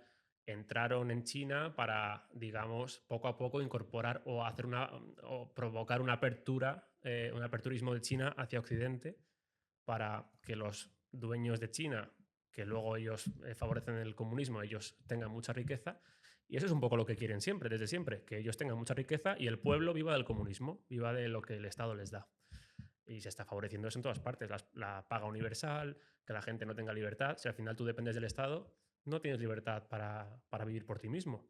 Si el Estado te da el dinerito o la comida o tal, mientras seas bueno y obediente. Si te sales del Estado, si eres desobediente o te portas mal, te cortan la financiación, te cortan la comidita, la paguita y tal. Hay un tema que genera mucha polémica, que dicen que dentro de poco tendremos muy poco y seremos muy felices. La Agenda 2030. La Agenda 2030. Sí, Agenda 2030 y es Agenda 2030 de la ONU y... no, perdón, la Agenda 2000... Uno es del Foro Económico Mundial y otro es de la ONU, pero depende de lo mismo. No tendrás nada y serás feliz. Pero eso es lo que buscan. Y es que te lo están diciendo. Por eso digo que no es conspiración. Te lo están diciendo desde hace muchos años. De hecho, lo de no tendrás nada y serás feliz, creo que la primera vez que lo dijeron fue 2016 o 17, que se publicó eso. Luego llegó lo que llegó en 2020, que muchos negocios tuvieron que quebrar y el Estado es el que se hace un poco responsable de que la gente pues tenga para vivir. Entonces se dan cuenta de que si favorecen crisis, la gente va dependiendo más y más y más del Estado. Y el Estado, a su vez, está endeudado con la banca privada, que son los que tienen el poder. Eso es de la parte de la banca. Si lo enlazamos con la parte esotérica que hemos visto antes y tal, al final todo confluye, ¿no? Para mí hay un ejemplo claro de esta confluencia de banca y esoterismo y rituales, que es el ex banquero holandés Ronald Bernard. Buscarlo en internet, tiene en YouTube la entrevista, si no lo han quitado, que cuenta cómo él entró en el mundo de las finanzas, un banquero muy bueno, hacía muy bien su trabajo en cambio de divisas, ganaba mucho dinero, arruinaba a gente y lo sabía, tenía muy poco en ese momento, no le importaba, venía de una familia desestructurada, con lo cual él dice, yo no tenía mucha fe en la bondad de la gente, con lo cual, pues bueno, si yo me podía lucrar y tal, y mi sueño era retirarme pronto, jubilarme pronto con mucho dinero, lo iba a hacer, ¿no? Entonces, cuando vieron, dicen, mis compañeros de trabajo vieron que yo era muy bueno haciendo esto y que tenía mucho interés en ganar mucho dinero, un día me vino un compañero y me dijo, ¿quieres esto? Yo te puedo ayudar, pero tienes que poner la mente a menos 100 grados. Es decir, cero empatía, no preguntes, vas a tener mucho dinero y tal. Y él cuenta como poco a poco, además lo hacen de manera, pues como en la masonería, ¿no? Grado a grado. Aquí es poco a poco, te van metiendo en fiestas, donde cada vez vas viendo más cosas. Al principio, pues bueno, sí, alcohol, tal, diversión. Luego de repente gente vestida más rara, chicas desnudas, no sé qué, tal. Y dice, y de repente cosas ya más de rituales. Dice, a mí me hacía gracia porque yo no creía en nada de eso. Yo me reía hasta que un día me dijeron, dice, y ahí se pone a llorar en la entrevista. Dice, ese fue el punto de ruptura. Me pidieron que hiciera una cosa que fui incapaz de hacer. Se pone a llorar y dice, sacrificios. Y dice, niños. Y eso lo hizo un banquero. O sea, para que veáis hasta qué punto también, que parece como cosas diferentes, ¿no? Por un lado, las corrientes esotéricas, sociedad secreta, y luego mundo finanzas, que a priori es como más sobrio, más tal, que deberían creer menos en esas cosas. Pues ahí está, en esa figura de Ronald Bernard, te lo cuenta. Como si quieres llegar a ciertas cotas de poder, tienes que pasar por eso. Por eso digo que para mí lo de vender tu alma al diablo va por ahí. Hacer ciertos rituales, ciertos sacrificios, que ya no hay vuelta atrás. Ya has matado a alguien. Ya has hecho algo que no debías haber hecho nunca. Entonces ya vas vendiendo tu alma. Si ya es como que cada vez va más, ¿no? Si ya has hecho eso, pues a lo mejor lo puedes volver a hacer, porque ya te da igual, ya has roto esa barrera y otro sacrificio. A lo mejor lo siguiente ya es alguien más pequeño todavía. Entonces al final vas entrando en lo que es el mal. Yo lo veo así y se va normalizando ese mal. ¿Qué pasa? Cuando todos ese grupo de amigos, o sea, toda la gente que iba a lo de Epstein, por ejemplo, estaban seguros de que, como todos lo hacían, pues si nos pillan a uno, nos pillan a todos, que es lo que ha pasado al final, ¿no? Funcionan así, funcionan también por el chantaje, el saber que te meten en una fiesta ciertas cosas que son ilegales, tipo sexo con gente de cierta edad, muy joven, y te graban y te dicen, ahora eres uno de nosotros, como hables, tengo esto para joderte la vida, hablando mal. Entonces, funcionan así, están todos en el ajo, están todos pringados así, porque así es como funcionan. Entonces, si llegas a ese poder, si llegas a ese punto, te has vendido. Has vendido tu alma al diablo.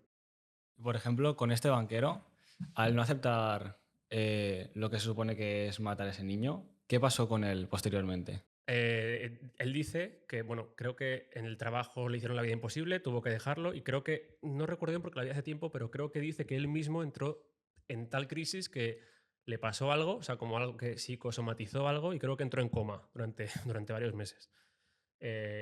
Porque creo que él había sido abusado de niño, por eso le hizo un clic y dijo no. Pero si no pasas por ese aro, van a por ti. Hay una película que habla de esto también, de Kubrick, que fue la última que hizo Kubrick casualmente, se llama Eyes Wide Shut.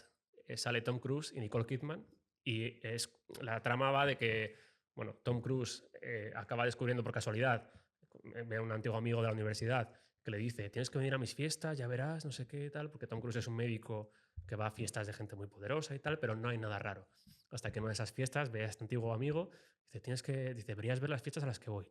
Tengo que ir con los ojos vendados porque no puedo ver lo que hay y tal. Y se entra con invitación, con contraseña.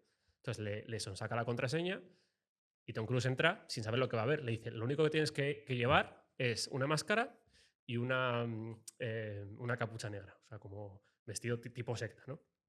Y él entra, esa escena, joder, la vi hace poco, y aún sabiendo ya de qué iba, me impactó esa escena bastante, por todo, por el ritual que se ve, por la música, es todo bastante satánico.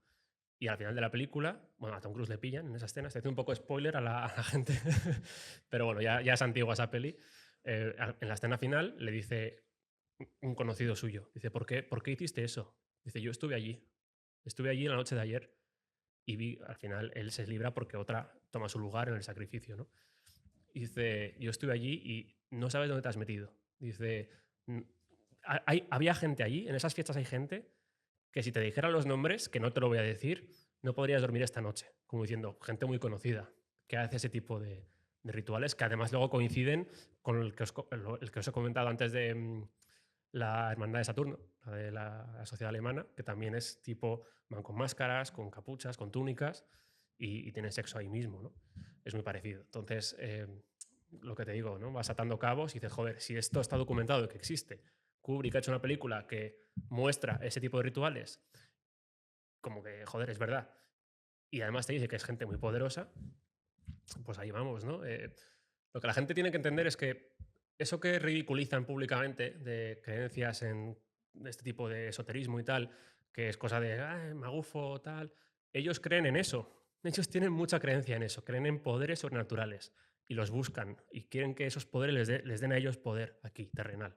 Hacen rituales de canalización, de eso de que te digo, ¿no? De las energías sexuales, energía sobrenatural. Ellos creen en esas cosas y hacen por tener ese poder. Pero en el mundo profano, en el mundo de los no iniciados, intentan como ridiculizarlo para que la gente no entienda y no conozca nunca ese mundo. Pero ellos creen en eso.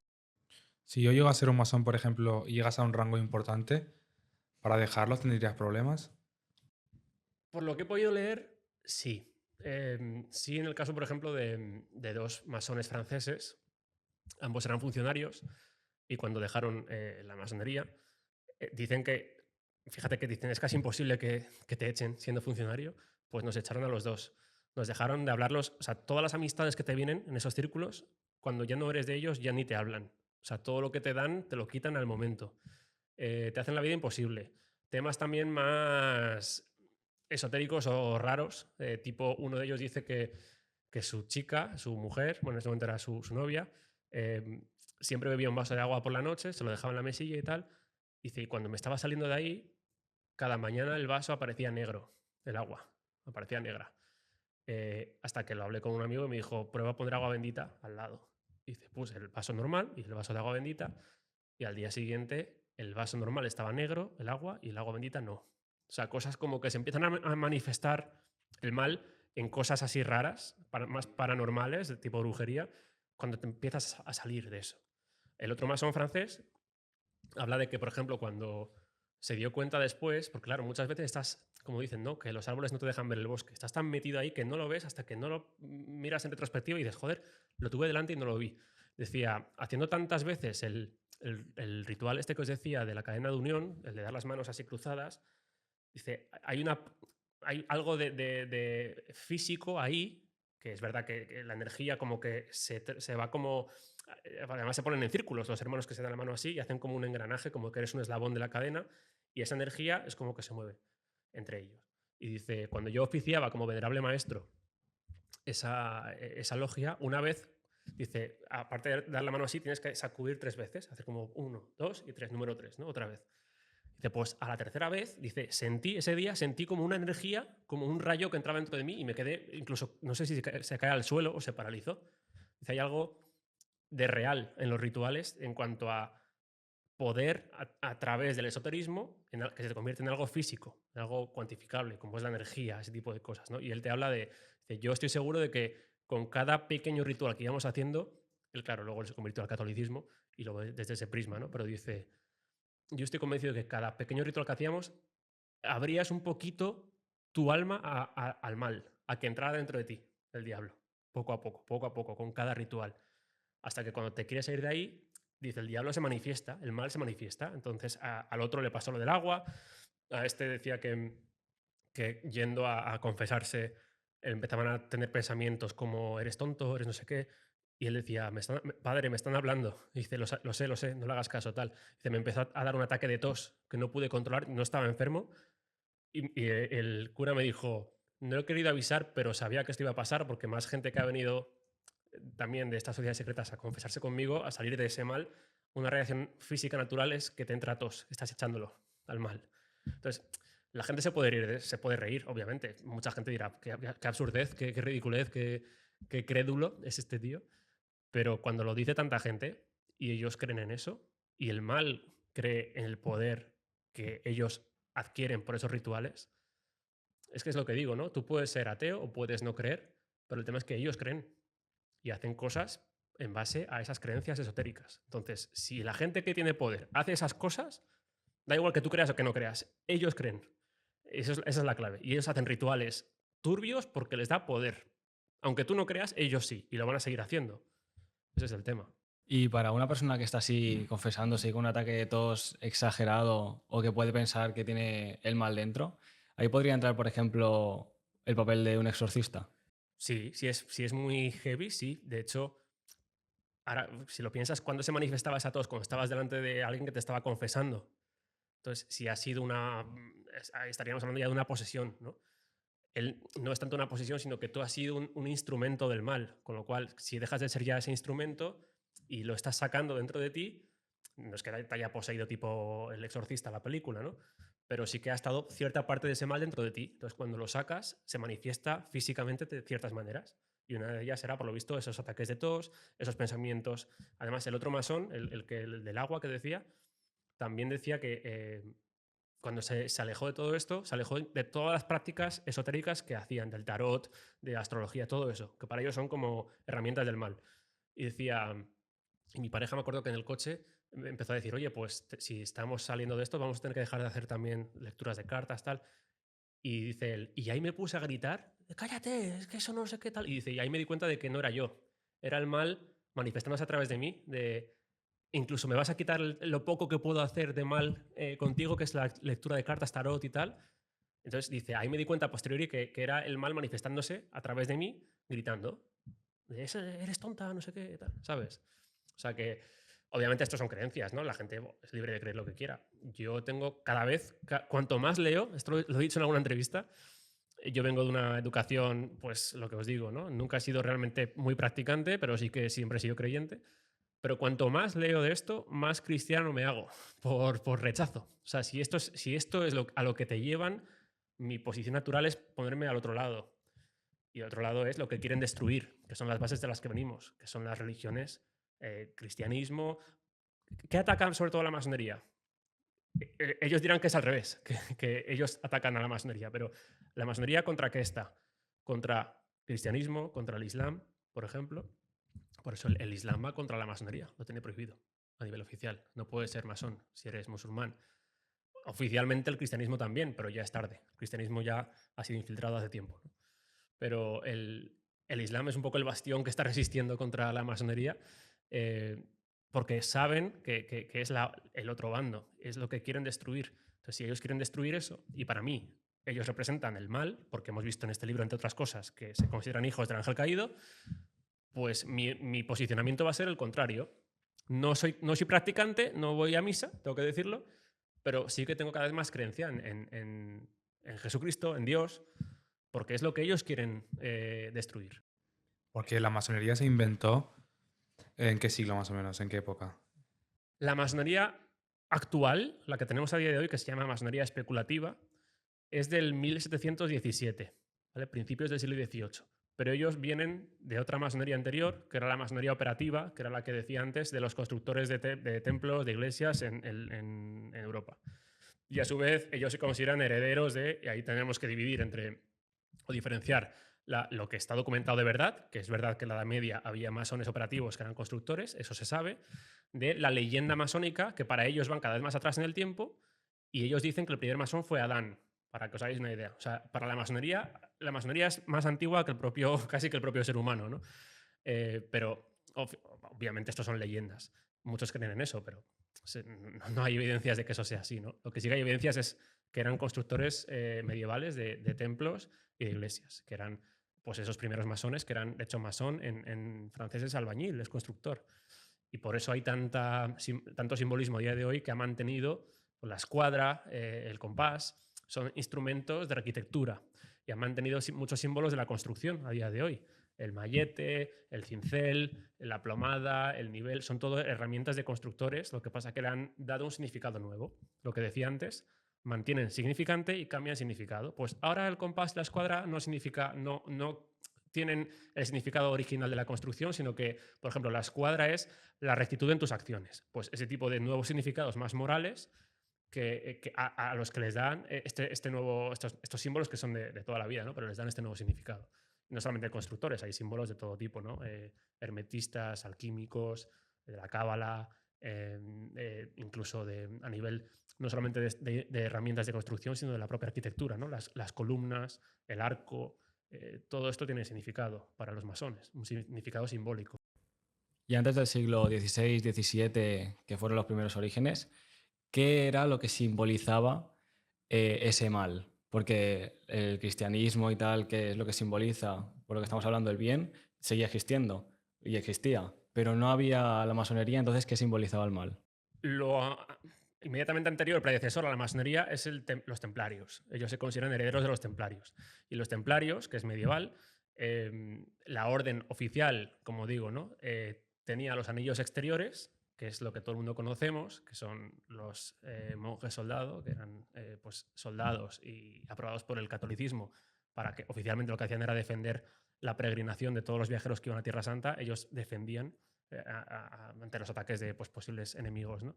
Pero los anillos interiores del templarismo, de los templarios, esto también hay pruebas, está escrito en investigadores, masones que también lo han dicho, tenían un culto diferente. Un culto que era oscuro, que rendían tributo a otro dios, que era Baphomet, que es el macho cabrío, y esto ya viene de los templarios, que esto a su vez lo heredaron la teoría dice de los Hasashin, que era una secta dentro del Islam, que eran como muy, digamos, outsiders dentro del Islam, que me imagino que eso a su vez lo heredaron de tiempo atrás, ¿no? Esto al final viene de las antiguas, lo que se conoce como antiguas escuelas de misterios, en las cuales desde la antigüedad, ya, desde Egipto e incluso antes, dentro de esto creo que lo he comentado antes, dentro de todas esas civilizaciones tenían siempre lo que llamaban los hierofantes, que eran como los sacerdotes o la gente que tenía poder en su nivel, en su sociedad, en su civilización, y esos eran los que tenían un acceso a un paganismo que no era digamos, la creencia que seguía el resto de la gente, ¿no? Siempre ha habido un selecto grupo de iniciados que tenían una creencia diferente, que para mí es lo mismo que a día de hoy la masonería. Lo que pasa es que en su momento pues eran otros dioses paganos, que si Baal, eso sale en la Biblia, por ejemplo. El culto del becerro de oro, por ejemplo, que era un falso dios. Baal, Baphomet después con los templarios. Al final siempre hay como eso de que os decía antes, ¿no? De las dos caras, el símbolo de las dos caras. Lo que ve la gente y lo que hace el reducido grupo que tiene el poder, que siempre ha sido cultos secretos y cultos más ocultistas, esotéricos, a dioses que no eran los que la gente veneraba realmente. Entonces, antes de masones eran templarios y antes, pues, en cada época tenían su propio culto. ¿Tú encasillarías a la masonería como religión? Ellos se consideran por encima de las religiones. Esto se ve súper claro porque seas de la religión que seas, desde que entras como aprendiz, estás con los ojos vendados porque vives en un mundo de tinieblas, estás en la oscuridad. Y la masonería es la que te ofrece la luz, la verdadera luz según ellos, que para mí es la falsa luz.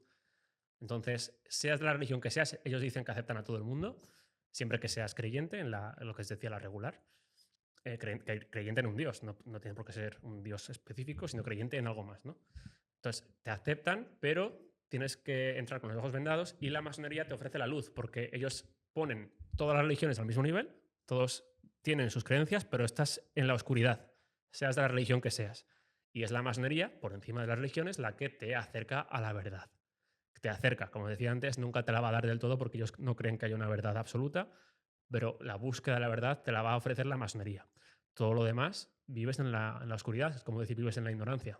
Entonces, para mí eso ya es tan claro de la incompatibilidad de esas religiones con la masonería. O sea, ¿tú cómo puedes aceptar, si eres, por ejemplo, católico, si eres musulmán, que vives en la oscuridad y que la masonería te va a acercar a la luz? La luz te la da tu Dios, no la masonería.